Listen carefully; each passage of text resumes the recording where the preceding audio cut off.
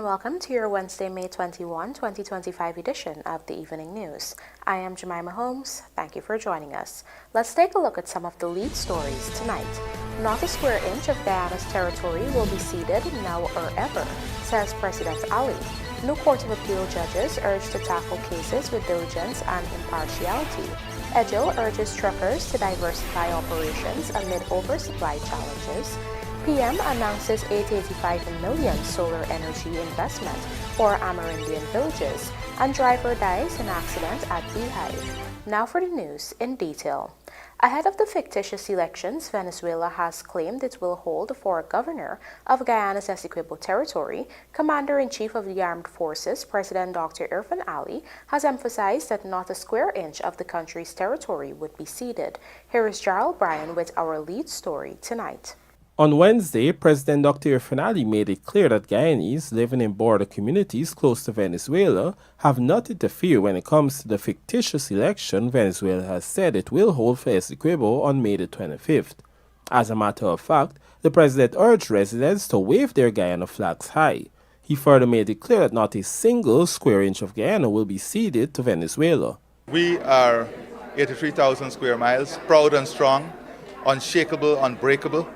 And that is how it's going to be. That's how it's going to be. We are respectful of international order, the international rule of law. We continue to ask all residents to be proud of our heritage, fly your golden arrowhead very high, knowing that, that not a square inch would be ceded now or ever. President Ali explained that Guyana's actions amid the border controversy are guided by three pillars: diplomacy, support from the international community, and building capacity of its defense system. There are three tranches on which we have always defended our sovereignty and territorial integrity.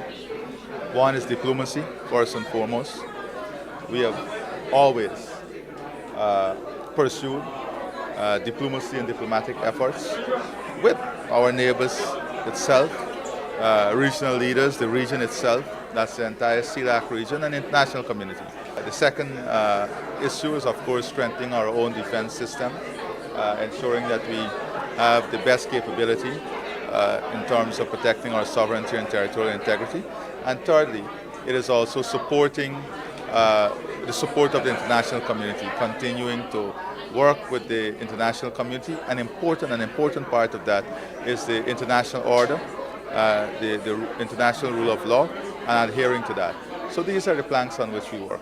President Ali acknowledged that the government has been getting feedback on the situation from its embassy in Caracas, Venezuela.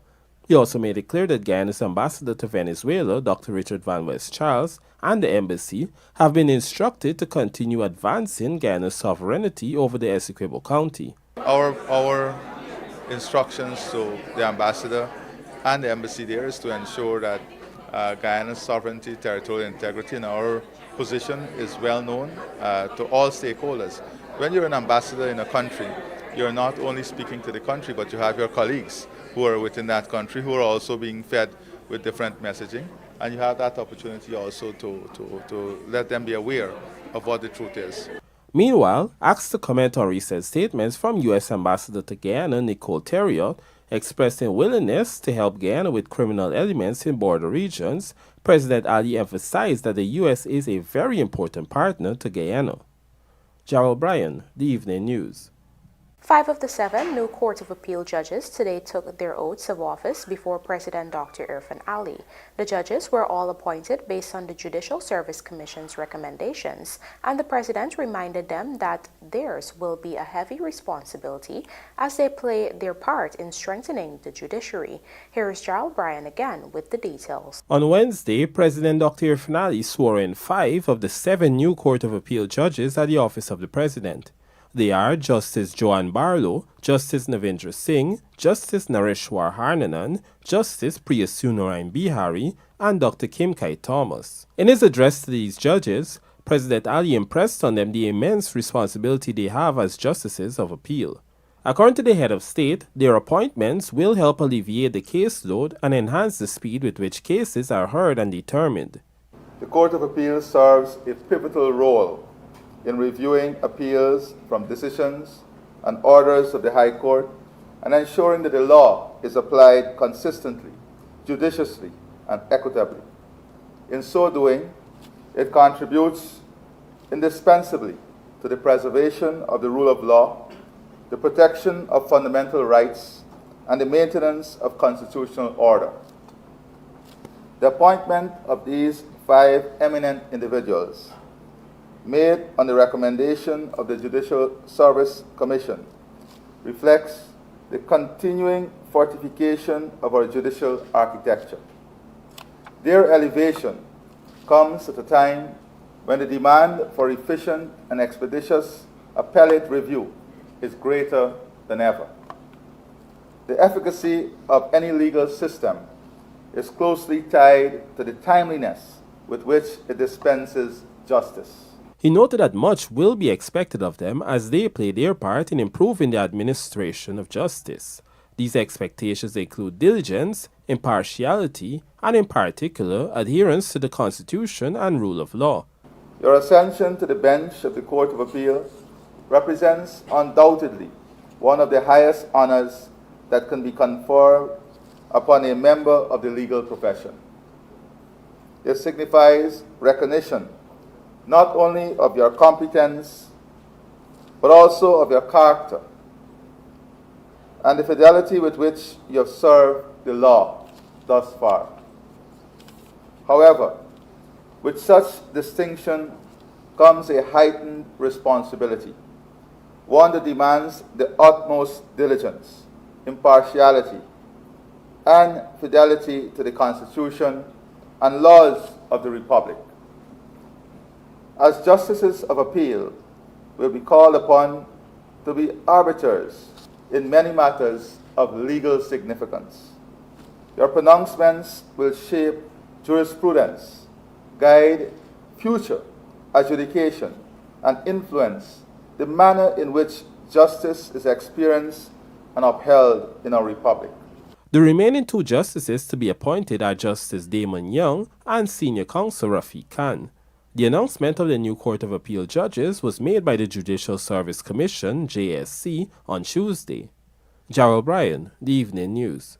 Amid rising frustration from local truckers over plummeting haulage rates and increased competition from foreign operators, Minister of Public Works Juan EDGHILL met with dozens of truckers in Linden on Tuesday, urging them to diversify their operations and adapt to market shifts as the sector becomes saturated. Trishelle Sobers has the details. On Tuesday, Minister of Public Works Juan EDGHILL met with truckers in Linden Region 10 to address several concerns affecting their operations. During the engagement, local truckers informed the minister that hauling rates for stone have dropped from $3,000 per ton to $1,300, squeezing already slim margins. They also allege that truckers are being edged out of the quarry by foreign operators who have preferential access and faster loading times, even when hauling stone on behalf of paying local contractors. In response, Minister EDGHILL urged the truckers to not be dismayed, but adapt by expanding their operations into other areas such as transporting sand, loom, and other construction materials, particularly for government infrastructure projects. He noted that while the sector remains competitive, opportunities still exist. You are telling me that you feel mistreated in that the competition really is the owner of the quarry is now owning trucks. And when somebody buys stone from the quarry, more than likely the private sector, because government is not buying stone right now. When the owner of the quarry gets an order for stone, the owner has now engaged their own transportation network to take the stone to where the quarry gets the order from. And you're not getting the volume or the quantity of work that you were getting before. Now, you are mainly fetching stone. I want you to start exploring that with the government contracts that are available, there is need for sand and there is need for loom for the roads that we are building up. In a nod to frustrations over perceived favoritism at loading sites, EDGHILL stressed that fairness must prevail. On this point, he acknowledged the disparity in the market and confirmed that the Guyana Geology and Mines Commission (GGMC) have reached an agreement with the quarry operators to implement a two-line system to ensure fairer access for local truckers. As of yesterday afternoon, the GGMC representative Jimmy made an arrangement with the Chinese that there will be two lanes, so that the discrimination that you were saying you're getting in terms of loading will come to an end. Guyana is open for business. Guyana is open for business. The government will not sit idly by and allow Guyanese to be taken advantage of, even in that open environment. The only duty-free equipment that the Chinese got is the operational equipment. If they buy trucks, they bought it just like you. Meanwhile, Minister Edghill also advised the truckers to desist from blocking the roadway, warning that such actions could lead to consequences if they move beyond peaceful protests. Trishelle Sobers, Evening News. In his capacity as outgoing chairman of the Private Sector Commission, Kumal Singh yesterday contended that there is no excuse for anyone to remain in poverty in Guyana, referencing the numerous opportunities available for upliftment. Singh, who led the PSC during a period of historic economic growth in the country, issued a bold public invitation to any Guyanese claiming to be trapped in poverty. Kelroy Williams tells us more. Across the length and breadth of Guyana, we've seen over the year pockets of videos, evidence coming out where people are saying they're living in poverty. I can understand people living in poverty if there's no opportunity. In a country where there's an abundance of opportunity, I'm challenging anybody out there publicly who tell me they live in poverty, come to me. I'll take you out of poverty within 1 to 6 months.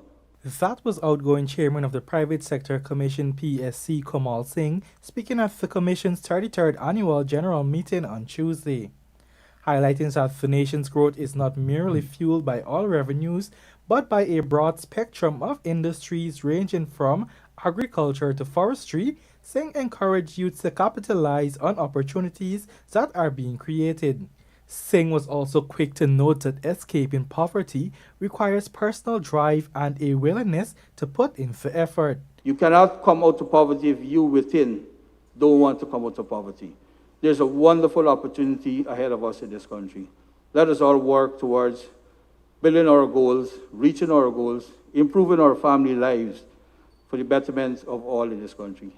Meanwhile, Senior Minister within the Office of the President with responsibility for finance and public service, Dr. Ashni Singh, called on the private sector to seize this moment in the country's history and invest with confidence, assuring them of continued partnership and policy stability, noting that government will continue to build a business-friendly climate for private sector stakeholders. You have in this government a government that I believe has demonstrated over the long term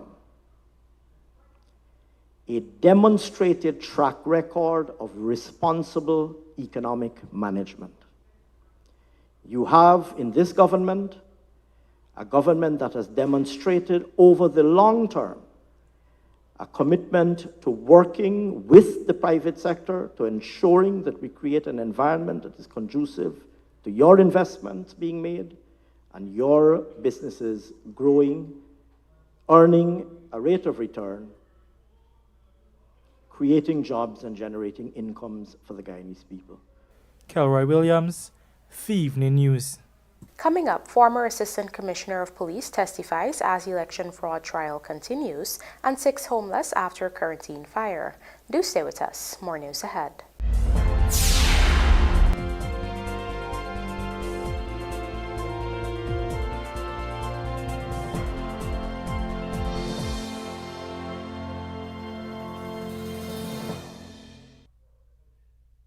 Sylvie's Industrial Solutions is heading to GMSA's Uncapped 2025. Join us at the Guyana National Stadium June 21st to 22nd for 2 days of fun. Win big from games to giveaways. Win amazing prizes, check out our latest equipment, and have a blast with the Sylvie's team. Innovation meets excitement at Uncapped 2025. Visit our booth. You don't want to miss this. Sylvie's, your partner in productivity.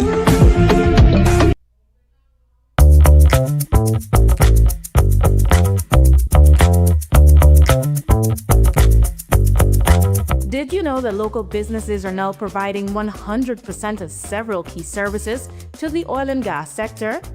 This highlights the significant achievements in local content development. In 2020, only 5% of selected services were provided by Guyanese companies. Presently, that number has reached 100%. Some of the fully Guyanese provided services include scaffolding, transportation and immigration support, with the inclusion of visa applications. The expansion of local capacity has led to increased investments and job creation. Hundreds of companies are benefiting from the oil and gas industry, and so can you. To access opportunities like these in the oil and gas sector, visit the local content secretariat's supplier portal.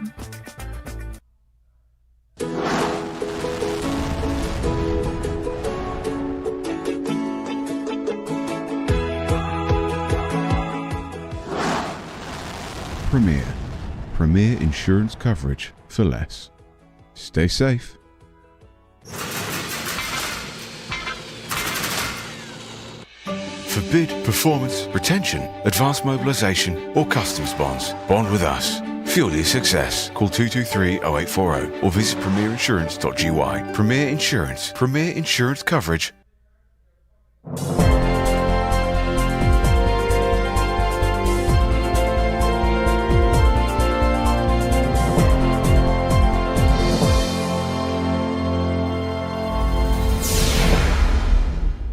Welcome back. You're watching the Evening News. Edgar Thomas, former Assistant Commissioner of Police and Regional Commander for Division 4A, testified today at the Georgetown Magistrates Courts as the fourth witness in the 2020 election fraud trial.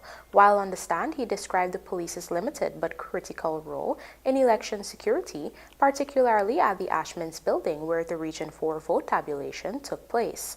Thomas recalled attending a pre-election planning meeting in February 2020 with GCOM officials, including Roxanne Myers and Keith Lowenfield, to clarify security responsibilities. On election day, he assigned police ranks to monitor polling stations and secure the Ashman's building. A key moment in his testimony centered on an early morning incident on March 5, when officers reported that a man had removed the flash drive from the tabulation table and entered a room with a laptop. Thompson responded and identified the man as GCOM's IT technician Enrique Livan, who admitted to taking the flash drive but denied tampering with data, claiming fatigue. Thomas also testified that the now Minister of Health, Dr. Frank Anthony, though not inside the room, was heard accusing Livan of tampering with evidence. The flash drive was recovered, and Thompson said he contacted CEO Lowenfield to verify Livan's role, but proceedings adjourned before further details emerged. Thomas's account adds to the growing body of evidence presented in the trial, highlighting alleged breaches of electoral procedure and raising further concerns about transparency during the Region 4 tabulation in 2020. His testimony supports earlier claims by political agents and observers that irregularities were taking place behind closed doors, contributing to the eventual call for a national recount. The trial ongoing at the Georgetown Magistrates Court involves 9 defendants accused of conspiracy to commit electoral fraud during the 2020 general and regional election. Kelroy Williams joins us now to report that Prime Minister Mark Phillips has announced that Cabinet has approved an $885 million investment for the retrofitting of solar photovoltaic systems in 21 Amerindian villages across Regions 1, 2, 4, 7, and 9. Here is more. Prime Minister Mark Phillips made this disclosure as he addressed Indigenous leaders at the National Tashaus Council conference on Tuesday, where he reiterated the administration's priority to bridge the energy and digital divides between the hinterland and coastland. He said The $885 million investment, expected to benefit approximately 12,700 residents, forms part of the government's broader strategy to expand access to clean and reliable energy in remote communities. Cabinet recently approved $885 million, and that money will be utilized to provide 21 solar PV system with battery storage system, right, at 21 locations. To shows this 21 solar PV system with battery will benefit some 12,703 of the village populations. I just wanted to share that information with you. It will cost us $885 million. This was recently approved at Cabinet. Moreover, PM Phillips also reveals that the government, through the Guyana Energy Agency GEA, will be deploying teams to assess and identify suitable areas for solar farms. We will be sending out teams to your community, because if you're to get a solar farm, you have to do an assessment first, okay? And the GEA has teams that is ongoing in terms of visiting communities and doing assessment to determine where we can site those solar farms. So I wouldn't stand here and promise you a solar farm, but what I will promise you is that the GEA team will come to your village to do such an assessment. And based on the assessment, we'll determine where we will site the next set of solar farms, and of course we'll inform the communities accordingly. Meanwhile, Guyana's hinterland communities are benefiting from a significant solar power initiative, with the government aiming to electrify 30,000 homes through the Solar Home System project. This project, supported by the Government of India and the International Solar Alliance, is providing communities with solar panels, batteries, and lighting kits. The initiative is expected to provide renewable energy access for daily activities and educational development, contributing to the country's low-carbon development strategy 2030. Kelroy Williams, The Evening News. Amid several challenges affecting the Guyana Sugar Corporation and in the face of criticisms leveled against its Chief Executive Officer Paul Chung, the state-owned company is making it clear its management is actively steering the century-old institution through significant structural reforms while building systems for long-term sustainability. Kelroy Williams has the details. The Guyana Sugar Corporation in Gaisuku has defended its Chief Executive Officer Paul Chung and his management of the organization after he was bashed in a recently published letter to the editor. In a statement on Monday, Gaisuku noted that while the letter attempted to raise a number of concerns about the first crop performance, it denigrated into a personal attack on Chung. Among other things, the letter writer claims that the CEO misled the public about the finances spent by the organization. In response, Gaisuku explained that public spending is subject to audit and parliamentary scrutiny. As of the close of the first crop, Gaisuku said it had utilized a portion of its budgetary allocation, but not the exaggerated figure of $9 billion as being reported by the writer. Additionally, Gaisuku explains that its procurement process undergo oversight and are governed by the National Procurement Act. Moreover, Gaisuku noted that like many agricultural enterprises globally, it is grappling with declining labor availability. The sugar company remarks that this is not a new issue and certainly not of Chung's doing. In light of these challenges, the corporation has embarked on mechanization, not only to fill the labor gap, but to improve cost efficiency over time.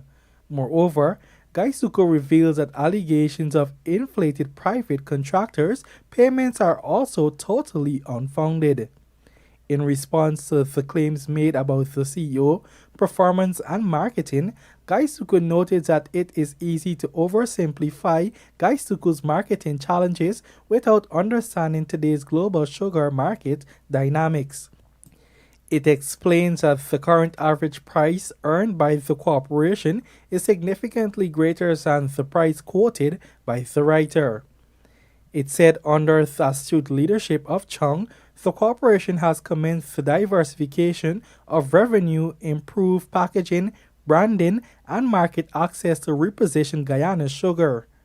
Moreover, addressing the issue about the organization's production, the state-owned company said it is undisputed that Gaisuku's forest crop production stands at 15,980 metric tons, but this must be analyzed in the context of the prevailing circumstances and not be attributed to lack of leadership by the CEO.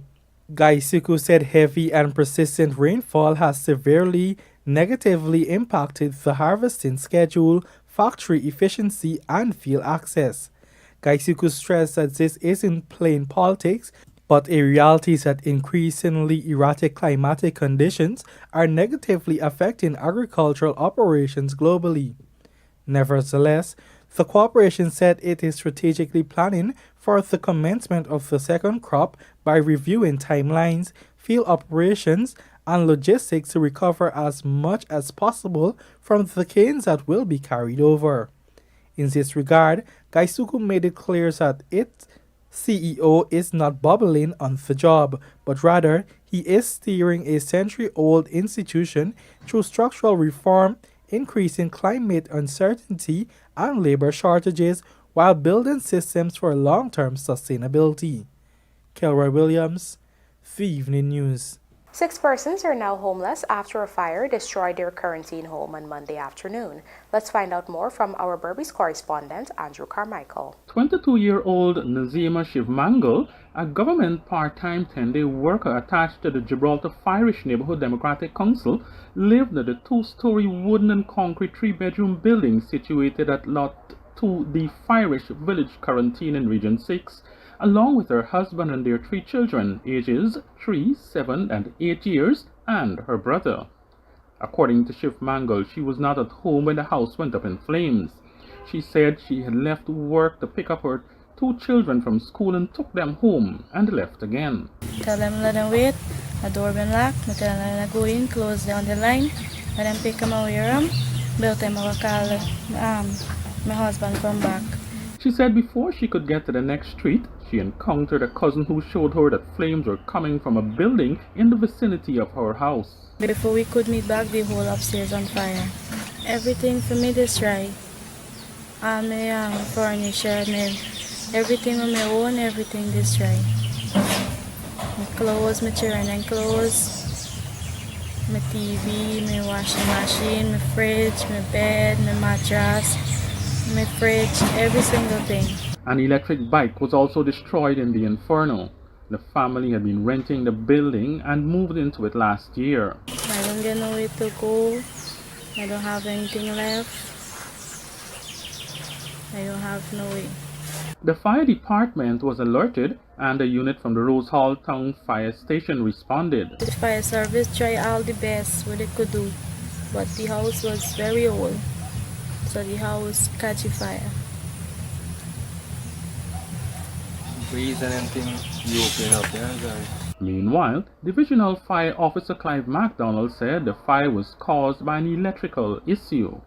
Nevertheless, persons wishing to make contact with the family can do so by telephone number 650-4928. Andrew Carmichael, The Evening News. A man has died following a fatal accident on Beehive Public Road, East Coast Demerara, at approximately 20 hours on Tuesday. The accident involved motorcar PGG 2109 driven by 28-year-old Dindial Rantadio of Maikoni and motorcar PAH 766 driven by a 32-year-old male of Mahaika. Initial reports suggest that PAH 766 was traveling east when the driver noticed another vehicle with hazard lights on due to a horse crossing the road. As PGG 2109 attempted to overtake, it collided head-on with PAH 766. Rantadio, the driver of PGG 2109, was found unconscious and later pronounced dead at the Georgetown Public Hospital. Other occupants from both vehicles were injured and transported to Maikoni Public Hospital. The investigation is ongoing. And now for a look at the bridge reports. Sedema Harbor Bridge will be closed to vehicular traffic on Thursday, May 22, 2025 at 0 hours 15 for a period of 1.5 hours. Meanwhile, the Suburbies River Bridge is scheduled to be closed to vehicular traffic at 12 hours 15 on Thursday, May 22, 2025, also for a period of 1.5 hours. And now for a look at the local stock exchange market complements of GASI.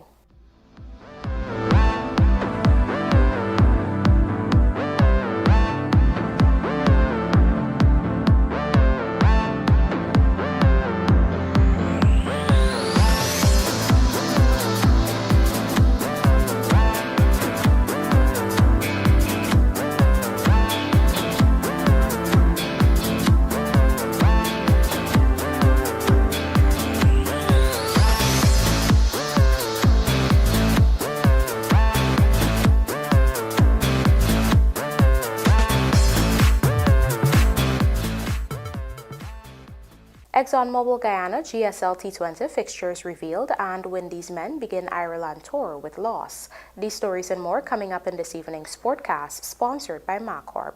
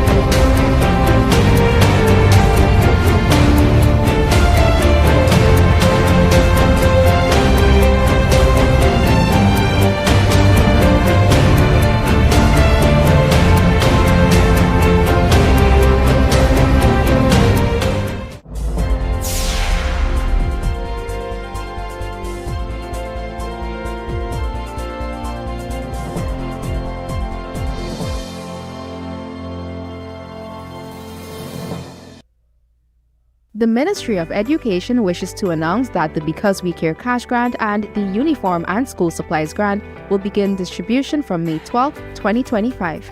Please note, however, that distribution will begin later in May and in some cases June for certain regions. Therefore, we encourage all parents and guardians to consult the published distribution schedule to confirm when their grant will be available. So, what's been given this year? The grant has been increased to $55,000 per child. This includes $50,000 for the Because We Care Cash Grant and $5,000 for the Uniform and School Supplies Grant. Who qualifies for this grant? All public and private school learners from nursery year 1 to grade 10 who are registered and attending school are eligible. In grade 11, only students who will register for CAPE grade 12 in September qualify, along with current grade 12 students who will be continuing to grade 13. For children entering nursery this year, they must have been registered by March 28, 2025. How do I collect the grant? The parent or assigned guardian of the child can uplift the grant at the child's school. Just make sure to bring a valid form of ID, your national ID card, passport, or driver's license. What if I don't have any of those IDs? No worries, your identity can be verified by a senior official in your community, such as the school's principal or village tusho. Suppose I can't go myself to collect it. What then? You can authorize someone else to collect the grant on your behalf. What happens if I miss the date? If you miss the scheduled date at your school, a later collection date will be announced, but this will only happen after the national distribution is completed, so it's best to collect it as scheduled if possible. Got more questions? Check the Ministry of Education's social media pages or contact your child's school for more information. In service to you, because we care. Did you know GUYANA'S Super 95 gasoline has an octane rating of 95, the highest rating available in Guyana? This premium fuel is known to enhance the performance of your engine, making it run smoother and more efficiently, leading to better fuel economy and improved performance. Choose Super 95 for more mileage and better overall performance. Looking to bring your dream home to reality? Or simply taking on a home improvement project? Then National Hardware Limited is where you should start. Let us put that touch to your home.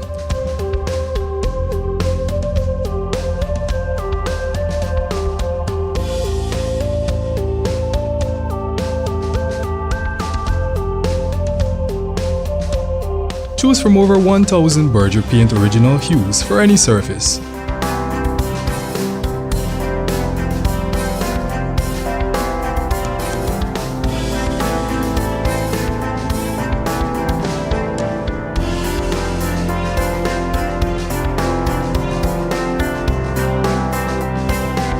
We are known for our trusted brands such as Westinghouse, Phillips, Sadco, Rubbermaid, Pyrex, Gibson Home, and so much more.